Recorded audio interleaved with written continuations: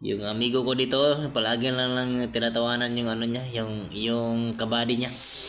So, what's up no? Update na naman tayo. So, maraming nagtatanong, Sergeant, gaano ba kahirap yung training Sergeant doon sa loob Sergeant?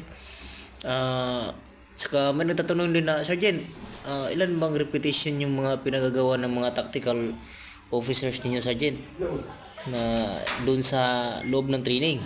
So sa mga gustong makalaman kung ilan ba talaga yung repetition na ipinagagawa ng tactical officers natin habang nandun tayo sa training, siguro pag aabot ito ng 1,000 views ay pasisilip natin na kung ano yung mga ipinagagawa sa atin dun sa loob ng training. May mga ano tayo dun, may mga videos tayo dun, pero hindi na masyadong mataas na videos, yung mga parang clip lang. So babu, see you next video.